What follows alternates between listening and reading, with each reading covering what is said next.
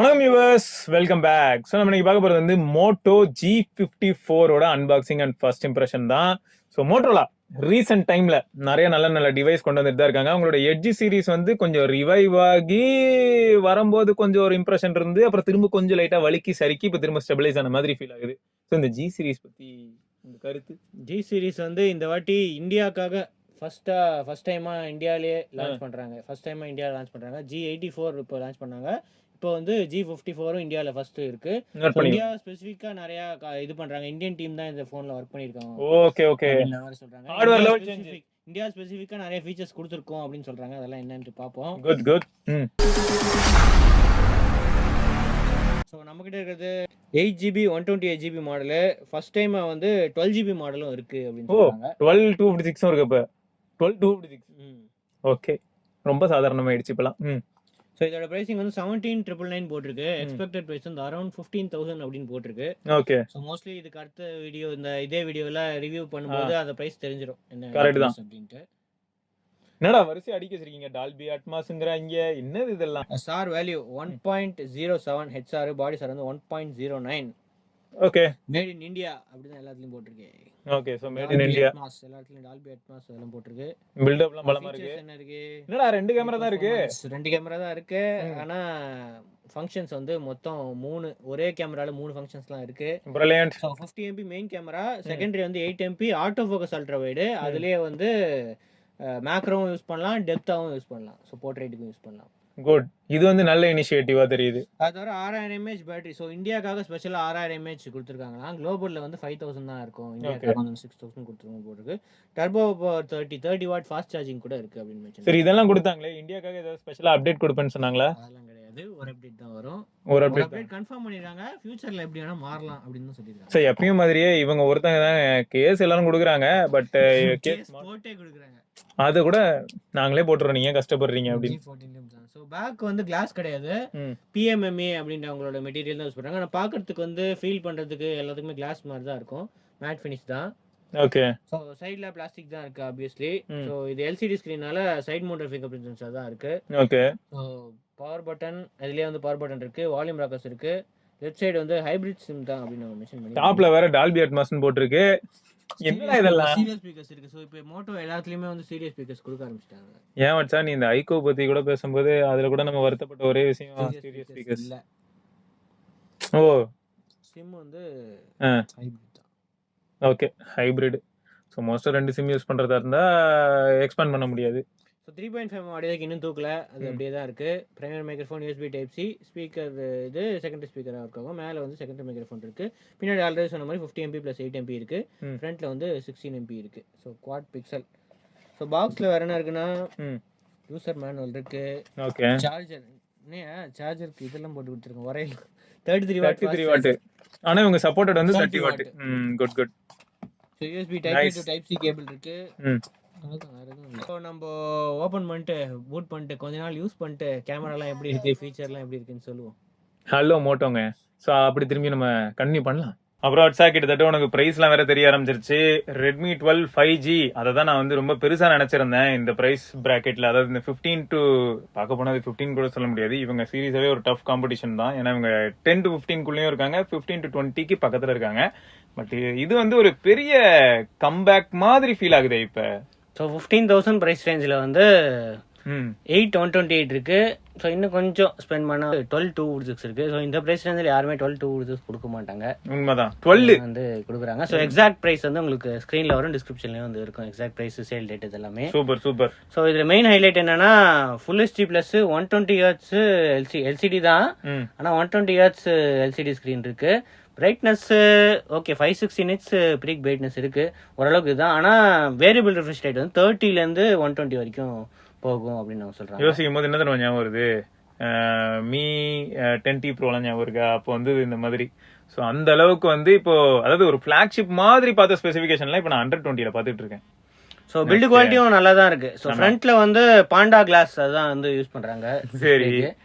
So அது கிட்டத்தட்ட gorilla class 3 அந்த அளவுக்கு பெர்ஃபார்மன்ஸ் இது இருக்கும். கரெக்ட் தான். விவோ கேட்டா ஒரு கிளாஸ், இவங்க ஒரு கிளாஸ், அந்த மாதிரி எல்லாம் மாறி இனிமே கிளாஸ் டிஃபரெண்டா யூஸ் பண்றாங்க. சோ அது தவிர பேக்ல எனக்கு ரொம்ப பிடிச்சிருக்கு அந்த அக்ரிலிக் ஃபினிஷ். இதெல்லாமே பாக்குறதுக்கு கிளாஸ் மாதிரி தான் இருக்கு, ஸ்மூத் ஃபினிஷாவும் இருக்கு.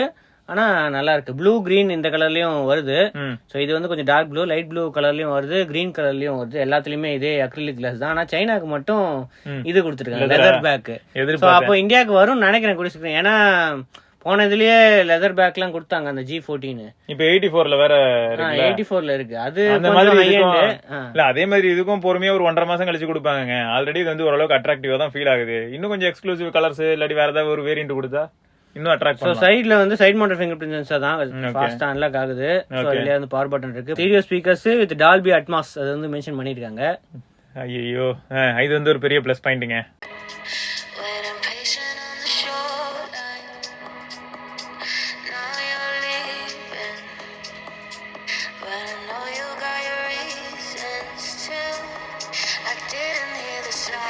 வேற வேற பெர்ஃபார்மன்ஸுக்கு வந்து 7020 வந்து Dimensity 930 அளவுக்கு பெர்ஃபார்மன்ஸ் இருக்கும் அப்படின்னு சொல்றாங்க. ஸோ அதுக்கும் இதுக்கும் என்ன டிஃபரன்ஸ் அப்படின்னா நேம் மட்டும் சேஞ்ச் இல்ல, நாங்க வந்து கேமரால வந்து லோ லைட் இம்ப்ரூவ்மெண்ட்ஸ் எல்லாம் இருக்கும் அப்படின்னு நாங்க சொல்றோம். நீ எப்படி யூஸ் பண்ணிருப்பீங்க? எப்படி இருந்தது? லோ லைட் அந்த அளவுக்கு எடுக்கல, ஆனா தெரியல. 930 ரொம்ப கம்மி ஃபோன்ஸ் தான் வந்துச்சு. ஸோ இந்த இதுல ஸோ இந்த பிரைஸ் ரேஞ்சில் 930 எல்லாம் வாய்ப்பே இல்ல. ஓகே. ஆனா CPU பொறுத்த வரைக்கும் இந்த 4 Gen 2 அதுதான் வந்து CPU கொஞ்சம் பெட்டரா இருக்கு. GPU இது பெட்டரு. ஸோ கேமிங்க்கு அப்படின்னா கேஷுவல் கேமிங், கொஞ்சம் மீடியம் கேமிங் வீடியோ வருது கூடிய சீக்கிரம், அதுவும் செக் பண்ணி பாருங்க. ஸோ மற்ற இதுக்கு வந்து இதுதான் கேமிங்க்கு ஓவராலா வந்து இதுதான். ஆனா மெயினா வந்து CPUல கொஞ்சம் ஸ்லைட்லி அந்த ஸ்லைட் இம்ப்ரூவ்மெண்ட்ஸ் அந்த இம்ப்ரூவ்மெண்ட் வந்து நமக்கு எல்லா இடத்துலயும் தெரியுமா அப்படின்னு கேட்டா அது ஒரு பெரிய क्वेश्चन மார்க் தான். 4 Gen 1 ஓட 4 Gen 2ல வந்து GPU டவுன் கிரேட் தான் பண்ணிருக்காங்க, அப்கிரேட் பண்ணல. அப்படி பண்றீங்க அப்படின மாதிரி தான் இருந்தது. ISPயும் அப்படிதான். சோ இதுல வந்து 930 கம்பேர் பண்ணும்போது கேமரா ISP லெவல்ல நாங்க வந்து நிறைய இம்ப்ரூவ் பண்ணிருக்கோம் அப்படின்னு தான் அவங்க சொல்றாங்க. சோ கேமரா பத்தி பேசிட்டு இருக்கும்போது 50 MP கேமரா, 8 MP தான் வேற லெவல். இப்ப நிறைய பேர் அல்ட்ரா வைடும் கொடுக்கறது இல்ல, அதான் அவங்க கம்பேரிசன் சொன்னாங்க. OnePlusல நாடு C3 லைட்ல இல்ல, நிறைய போன்ஸ்ல வந்து இல்ல. சோ நாங்க வந்து அல்ட்ரா வைட் தரோம். அது தவிர அதே 8 MPல வந்து மேக்ரோவும் டெப்த்தும் ரெண்டுமே வந்து மல்டி ஃபங்க்ஷனா தரோம் அப்படின்னு அவங்க சொல்லியிருந்தாங்க. சூப்பர். சீரியஸாவே ரொம்ப டிஃபரெண்டான ஒரு இனிஷியேட்டிவ். எல்லாரும் இதை பண்ணா நல்லா இருக்கும். அப்ப இப்ப என்ன தொடர்ந்து இப்ப கேமரா சாம்பிள் பாத்துடலாமா? சோ கேமரா சாம்பிள் குவாலிட்டி எப்படி இருக்கு, இந்த எட்ஜ் டிடெக்ஷன்லாம் எந்த அளவுக்கு இருக்கு அப்படின்னு ஃப்ரண்ட்ல வேற 16 மெகாபிக்சல், அதுவும் நல்லா தான் இருக்கு. சோ அதுவும் செக் பண்ணிடுங்க எப்படி இருக்கு அப்படின்ட்டு.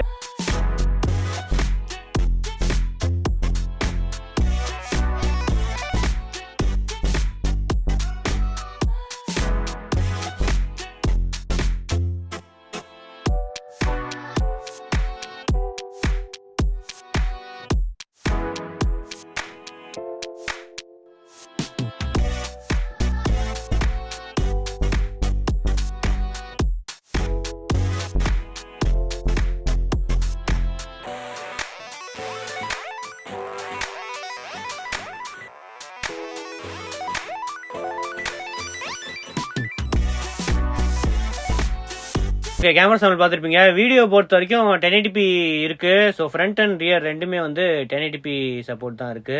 அது எல்லாரும் அப்படித்தான்டா பண்றாங்க. வச்சா உனக்கு வந்து சீரியஸா சொல்ல போனா ஒரு 4K கேப்பபிலிட்டியே ரியர்ல இருந்தாலும் கூட யாரும் கொடுக்க மாட்டேங்கிறாங்க. அது ஏன்னு தெரியல. இந்த பட்ஜெட்ல அப்படிதான் இருக்கு. ஸோ ஸ்டெபிலைசேஷன் மோட் இருக்கு, OS இருக்கு.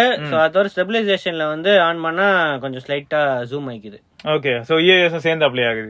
குட். சோ அந்த மாதிரி தான் இருக்கு. சோ மத்தபடி அல்ட்ரா வைட்ல வீடியோ எடுக்கலாம். அது தவிர அந்த மேக்ரோ கேமரா, அந்த 8 MP மேக்ரோ உடனே எப்படி ஆயிடுச்சு பாத்தியா? இந்த துணி எல்லாம் அப்படியே துண்டா தெரியுது. சோ அதுலயும் வீடியோ எடுக்கலாம். சோ எல்லாத்துலயுமே வீடியோ எடுக்கிற ஆப்ஷன் இருக்கு. சோ இது எல்லாமே நீங்க பாப்பீங்க. மத்தபடி கேமராவில வந்து ப்ரோ மோட் இருக்கு. ப்ரோ மோட் வேற இருக்கு. இங்க பாருங்க, இந்த மாதிரி வித்தியாசம் லைவா வந்து எனக்கு ஒரு பெயின்ஃபுல்லான விஷயமா தான் ஃபீல் ஆகுது. ஏன்னா இப்போ காம்படிஷன்ல இருக்க நிறைய பேர், அதுவும் முக்கியமா இப்போ இல்லைங்க, ஒரு 2 வருஷம் முன்னாடி இருந்து நோக்கியால 5.3 ஒரு கடை அது இன்ட்ரோடியூஸ் ஆகும்போது அவங்களும் ப்ரோ மோடே இல்லாம கொடுத்தாங்க. Nokia is known for pro mode இந்த மாதிரி தான் இருந்தது. ஸோ நிறைய பேர் இந்த மிஸ்டேக் பண்றாங்க. அண்ட் இதுல ப்ரோ மோட் இருக்கு. 1080p 30 FPS ரெக்கார்ட் ஆயிட்டு இருக்கு. ஸ்டெபிலைசேஷன் ஆஃப்ல தான் இருக்கு. ஃபோக்கஸ் டக்குன்னு ஆகுது. HDR மோட் அந்த மாதிரி எதுவும் இல்லை வீடியோஸில். ஸோ நான் டைனமிக் ரேஞ்ச் கொஞ்சம் ஆவரேஜாக தான் இருக்கும். ஸ்டெபிலைசேஷன் ஆன் பண்ணியிருக்கேன். ஸோ ஸ்லைட்டாக ஜூம் ஆகிக்குது. நடந்தாலும் அந்த அளவுக்கு ஷேக் தெரில. ஸோ இது அல்ட்ரா வைட் யூஸ் பண்ணுதா எல்லையும் ஃபோக்கஸ் கிளியராக தான் இருக்குது. Ultra wide. ஸோ அல்ட்ரா வைடில் அல்ட்ரா வைட்லி ஜூம் ஆப்ஷன் இருக்குது. 0.9x 0.5லேருந்து 0.9க்கு மூவ் பண்ணிக்கலாம். அல்ட்ரா வைட் ஆட்டோ ஃபோக்கஸ் இருக்குது. ஃபோக்கஸ் ஆகுமா? ஓகே, ஓரளவுக்கு ஆகுது. மேக்ரோலையும் 1080p வீடியோ எடுக்கலாம். ஏன்னா அல்ட்ரா வைட்லேயே மேக்ரோ இருக்கிறதுனால ரொம்ப க்ளோஸ்அப்பில் போயிட்டு மேக்ரோ எடுக்கலாம். ஃப்ரண்ட் கேமராவில் 1080p 30fps ரெக்கார்ட் ஆகிட்டு இருக்குது. இதுலேயும் ஸ்டெபிலைசேஷன் ஆப்ஷன் இருக்குது. டிஃபால்ட்டாக ஸ்டெபிலைசேஷன் ஆனில் தான் இருக்குது. ஸ்லைட்டாக ஜூம் ஆகிக்குது. வேணான்னா ஆஃப் பண்ணிவிடுங்க. இப்போ வந்து ஆஃபில் தான் இருக்குது.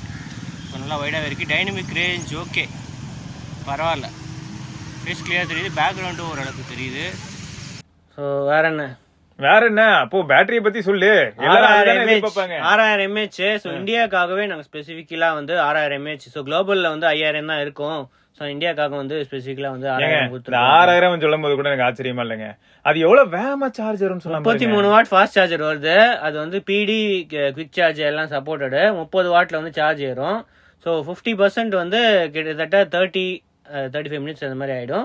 100% வந்து 80 மினிட்ஸ், 1.5 மணி நேரத்துக்குள்ள வந்து 100% ஆயிடும். 6000 mAh. சீரியஸா பெரிய கிரவுண்ட் பிரேக்கிங்னே சொல்லலாம். இந்த பட்ஜெட் ரேஞ்சில first of all fast charging தவிர மத்த எல்லாம் கம்பு சுத்துனாங்க. மத்தவங்க எல்லாம் 67 வாட் கொடுக்குறாங்க, அதெல்லாம் கொடுக்குறாங்க அப்படின்னாங்க.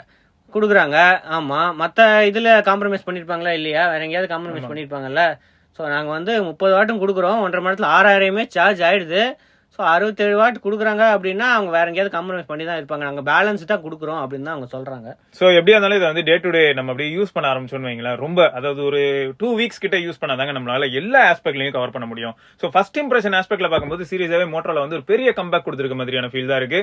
So G54 and G84 are going to be groundbreaking. அதுவும் 20 தவிர அந்த 5Gல கேரியர் அக்ரிகேஷன் இருக்கு, இந்த 4G கேரியர் அக்ரிகேஷன் இருக்கு. 5Gல வந்து VoNR அதுவும் சப்போர்ட் இருக்கு. ஸோ ஜியோ ஏதாவது எனேபிள் பண்ணா VoNR சப்போர்ட்டும் வந்துரும். ஸோ இது வரைக்கும் நம்ம நார்மலா ஏர்டெல் யூசர்ஸ்லாம் தெரியும் நினைக்கிறேன். 5G காமிச்சிட்டு இருக்கும். ஒரு கால் வரும்போது ஆட்டோமேட்டிக்கா நீங்க போன் பேசும்போது 4G மாறிடும். அது எவ்வளவு பேர் நோட் பண்ணிருக்கீங்கன்னு தெரியல. வாய்ஸ் ஓவர் நியூ ரேடியோ வந்து எப்படி அந்த VoLT மாதிரி இருக்குமோ அந்த மாதிரி வந்து கால் குவாலிட்டிக்குலாம் வந்து பெட்டரா இருக்கும் அப்படின்னு அவங்க சொல்றாங்க. ஸோ அது எல்லாத்தையுமே நம்ம ஃபியூச்சர்ல எக்ஸ்பீரியன்ஸ் பண்றதுக்கான ஹார்ட்வேர் இதுல இருக்கு. ஸோ அது இங்க இருக்கக்கூடிய பிளஸ் பாயிண்ட். ஸோ உங்களில் எவ்வளவு பேருக்கு மோட்டோல மேல ஒரு பெரிய ஹோப் வந்திருக்கு அண்ட் எப்போ வந்துச்சு அப்படின்னு சொல்லுங்க. இதுக்கு முன்னாடி வந்து பாத்தீங்கன்னா அவங்க ஒன் ஃபியூஷன் ஞாபகம் இருக்குல்ல, ஒன் விஷன் இப்பெல்லாம் வந்து போன்ஸ் விட்டாங்க. கொஞ்சம் இன்ட்ரெஸ்டிங்கா தான் இருந்தது. ஏன்னா 20:9 அந்த மாதிரி ஸ்டாக் ஆண்ட்ராய்டு எக்ஸ்பீரியன்ஸ் கூட இருக்கு. ஸோ ஆண்ட்ராய்டு 13 கிட்டத்தட்ட ஸ்டாக் மாதிரி தான் இருக்கு. ப்ளோட்வேர் அந்த அளவுக்கு எல்லாம் ஒன்றும் இல்ல, ரொம்ப மினிமலா தான் இருக்கு. எஃப்எம் ரேடியோ கூட கொடுத்துருக்காங்க. அப்டேட்ஸ் பொறுத்த வரைக்கும் ஆண்ட்ராய்டு 14 கண்டிப்பா வரும். மற்ற ஃபியூச்சர் அப்டேட்ஸ் வந்து சப்போர்ட் பொறுத்து தான் இருக்கு. அந்த சிப் சப்போர்ட் அதெல்லாம் பொறுத்தா இருக்கு. ஆனா செக்யூரிட்டி அப்டேட்ஸ் வந்து 3 இயர்ஸ் வரும் அப்படின்னு சொல்றாங்க. ஸோ மோட்டோல கொஞ்சம் ஸ்லோ தான் அப்டேட்ஸ்ல, அது சொல்ல தான் வேணும். ஆனா அட்லீஸ்ட் ஆண்ட்ராய்டு 14 வந்து கன்ஃபார்ம் பண்றாங்க. ஸோ ஓரளவுக்கு கம்ஃபர்டபுளா ஃபீல் ஆகுதுங்க. 20K கிட்ட நீங்க செலவு பண்ண போறீங்க. பார்க்க போனா 20K கூட வராது, அதோட கம்மி தான். 15 to 20K ரேஞ்ச், அதாவது 12 to 56 வரும்போது. சோ ஓகே, ஃபியூச்சரிஸ்டிக்கா இருக்கிற மாதிரி தான் ஃபீல் ஆகுது. சோ இதை தொடர்ந்து நம்ம இன்னொரு பதிவுல சந்திப்போம். அது வரைக்கும் சிவபரணி. சோ ஓகே, உங்களுக்கு வந்து நான் திரும்பியும் சொல்றேன், மோட்டோரோலால அதுவும் ரீசன்ட் டைம்ஸ்ல எந்த ஏரியால அவங்க கிரவுண்ட் பிரேக்கிங் இம்ப்ரூவ்மெண்ட் கொண்டு வந்திருக்காங்கிறத மறக்காம கமெண்ட்ல சொல்லுங்க, பார்க்கலாம்.